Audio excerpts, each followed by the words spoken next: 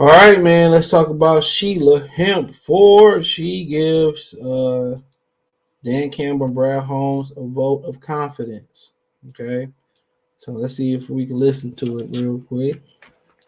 Open and honest and available for you guys. So here I am. I'm sure you have a few questions for me, but I just wanted to open with a couple comments. And, you know, I know this is difficult. Our rebuild is hard, but we really believe in our process. We really believe in we're going to turn this thing around the right way through the draft. It requires patience. It's frustrating. Am I frustrated? Absolutely. Are the fans frustrated? Absolutely. Are you guys frustrated? But I think we really are making progress. You've seen it. It's just this was a huge tear down and then turn around, and we're only a third of the way through the season. We've got 11 more games to go. So I just don't want everyone to push the panic button and give up the ship, because I think we've got the right people in place to pull this off. And I truly believe that. And I wouldn't say that if I didn't believe it. So with that, if you guys have some questions for me, I'm happy to answer a few things. And What's so funny is she made herself available before Brad Holmes did. Now, historically, I can only speak on Detroit Lions GMs because that's what I follow. They don't speak. Only, before the season, during the draft, and then after the season. It's usually a process, and they run this secretive and all this, and I never liked that. Dan Campbell got it, or the head coach got to be the front man for the decisions that you all you wrote off for. It's not like Dan Campbell is the man. Like literally, it's not like he's the only man. Like he's the one that's pressing play, hit and rewind, fast forward, and all that stuff, front, back, side to side. He's the man. He's not the man. He's not like Sean Payton, who got the ultimate say so over X's and O's and over the roster. So y'all making these decisions together. So why ain't you required to speak? Why ain't Chris Spielman speaking? Everybody want to hide their tail. Come on, they paying money down that Ford Field. People paying something that's greater than money, attention. You can get money back, but you can't get time back. You can't get your attention back. Can't get that time back. So I do appreciate her speaking out instead of speaking through Dan Campbell, and her speaking out. At least she willing to face the music. At least she got the kahunas to face the media. At least she do. At least she do. And I respect it. Because Brett Holmes just sit there, and Quinn and Mayhew, all them dudes had the arrogant, all them dudes gave off the arrogant, I'm the smartest guy in the room vibe. That's just my opinion. Do I think the Lions headed in the right direction? I do. I know it don't show it on the field. But I do, but I don't. I mean, we don't know what this team gonna look like healthy. I don't know how much Dan Campbell played a part in taking these broken up players. I don't. But usually GM is the GM. How he brought his boys in there. They was up there, right before the season, talking about the roster, how they feel about Hutchinson, and the news on Anazorki, how they knew he had a back injury. They didn't expect much from him last year. Then why not get the damn surgery? Now you pretty much at ground zero at a few positions next year. Right now, you ain't bringing back Amani Ararie, so you need a corner. Which a lot of people felt that you need a corner anyway, unless Jerry Jacobs come back and step up. But I still think you still need a corner. Because you need somebody to nickel, because Mike Hughes and A.J. Parker ain't obviously cutting it. So you might need two corners.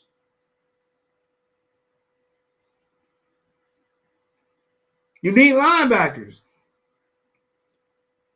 You need another edge. You need a couple interior guys who can get after the passer and stop the run.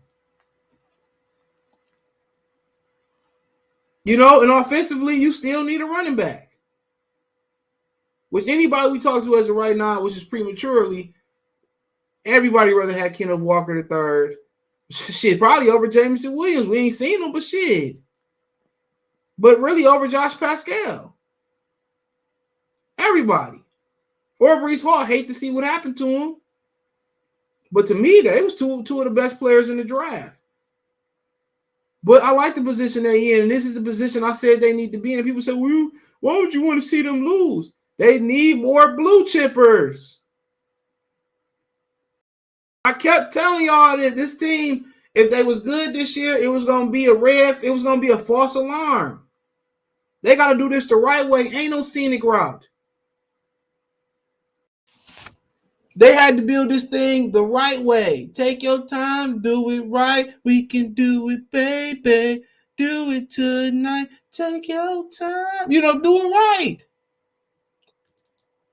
It sent the wrong message. And what do you prioritize at the top of the draft? You start looking at quarterback. But you know what? If Will Anderson is that can't miss prospect, you got to take him. You know, because Bryce Young kind of, hate to say it, but Bryce Young kind of tips that line of what they've been drafting. Injury-prone players. Somebody come and say, what injury-prone players from the draft? What do you mean? Onizorki.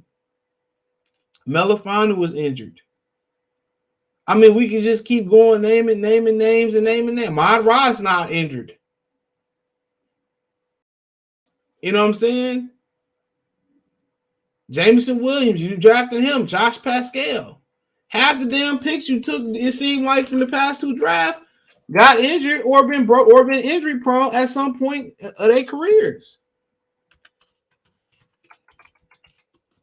How stupid is some people, dude? You can't see it? Then your prize free agent injured.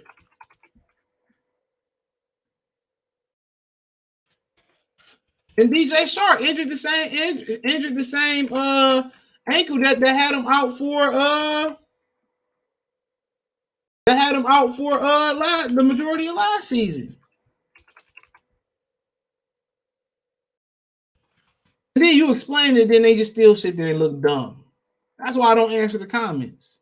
You got something to ask me, but hit me up on Twitter or Facebook. As simple as that.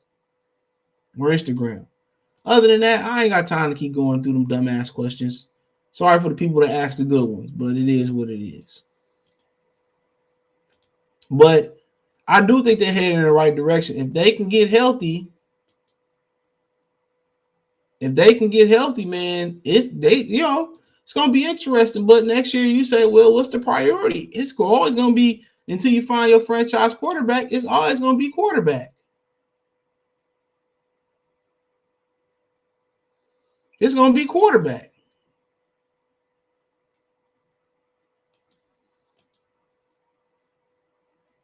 It's gonna be quarterback. Then you say, well, stay priority yet? And somebody in the interior that can get after the passer and stop the run. Say it's the same two players I said from It's the same two players I said from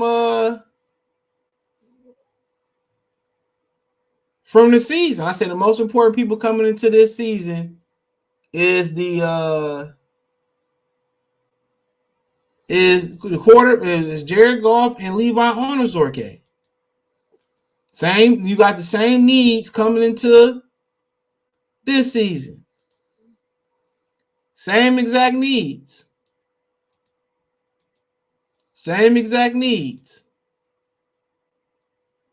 Quarterback and interior, and somebody that can do everything on the interior. There you have it. Then you go past that and you say, well, after that, linebacker, edge rusher, can never have too many rushers. but linebacker. They need an athlete at a couple athletes at linebacker that you can leave out there. Ideally, that you can leave out there on passing downs.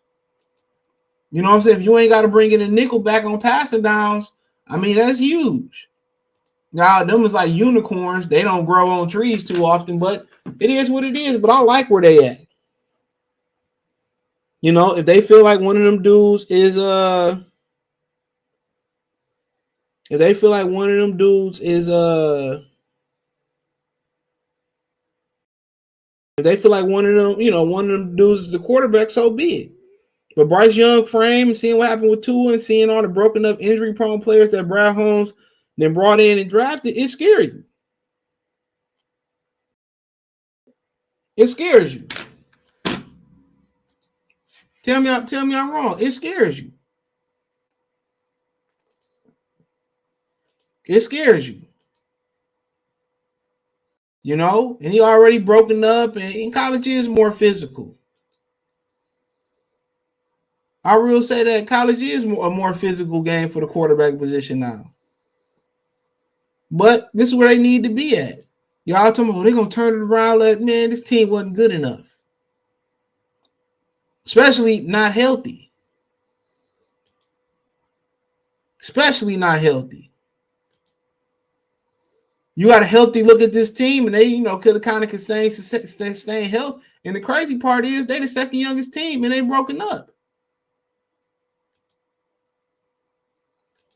How did that work? Red flag, red flag. And I ain't talking about review. How does that work? That's all I'm asking. How does that work? That makes no sense. You that young of a team and you all broken up. One player, I believe, over 30 to start the season.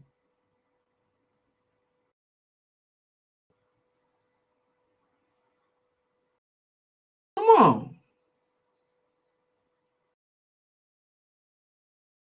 Come on. That don't make no sense.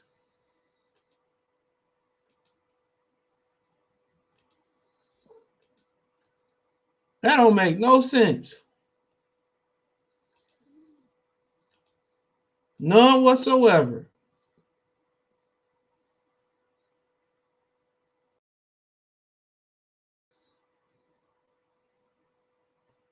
None whatsoever.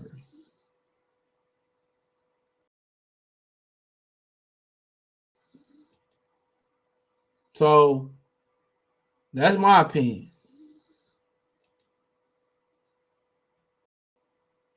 But I like where they at. Hate the record, but they gotta be bad. Keep getting them blue. They need stars. They need the stars.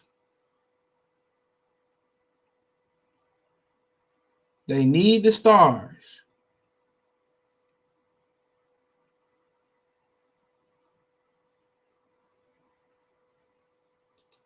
They need the stars. You know, so they got a couple picks to play with in the first round next year. See where the Rams finish off at, but they need the stars.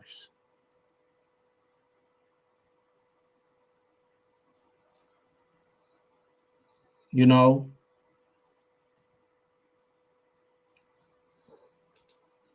and it's as simple as that. But it is what it is. And people, you know, they wanted to win before it was their time to win.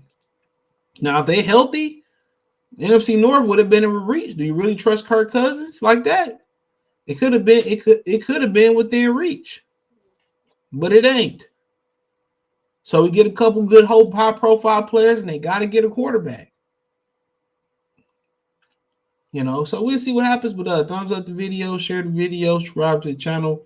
The subscribe button is the bell icon button. Hit all notifications, increase your chance of notifications. We go live and drop video. Financially, you want to support the channel. Cash App, $CJ Good 313. Venmo CJ Good 313. PayPal link in the description. Hit the link tree. Find me on Twitch, Twitter, Instagram, Spotify, Anchor, Cash App, Venmo, PayPal, Apple Podcasts, Google Podcasts, the whole nine. Link tree, the first link in the description. Appreciate the love, support. One time for the one time. Peace.